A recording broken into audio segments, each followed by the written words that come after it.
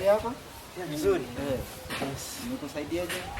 Mimi ndio yule mtoto umetuma nyumbani yako. Wewe ndio baba yake. Mimi ndio baba yake. Naitwa Speranza Spalanja. Ndio wewe. Ndio mimi kabisa. Wanda. Sitauliza maswali. Like father like son.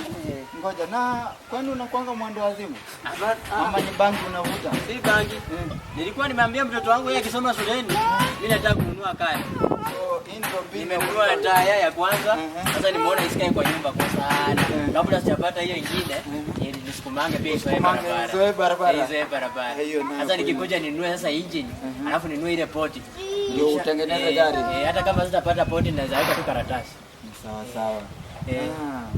Nilikuwa na maneno ya kuongea kuhusu mwanafunzi huyo mtoto wako, lakini jinsi nilivyokuona na hii shule ni kama mwalimu unakula vizuri.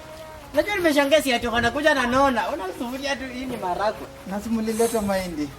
Ukamwambia amekuja kwa hoteli. Amekula maharagwe. Amekula maharagwe. Kazi yake tu na kuyama inda. Waacha uiprangeti inanuka vibaya mtoto na nyama kila usiku. Lakini mnafanya kazi nzuri. Sawa sawa. Siwezi ongea tena. Kama wewe ndio baba yake. Dunia imepasuka. Fanya hivi. Wewe endelea kulipa tu school fee. Tusukume mtoto apite kwa shule. Somesheni yeye. Muongeze maharagwe. Na ungependa mtoto wako akue nini akisha apate gari ama teneri yangu. Ni sawa sawa, nimeshukuru.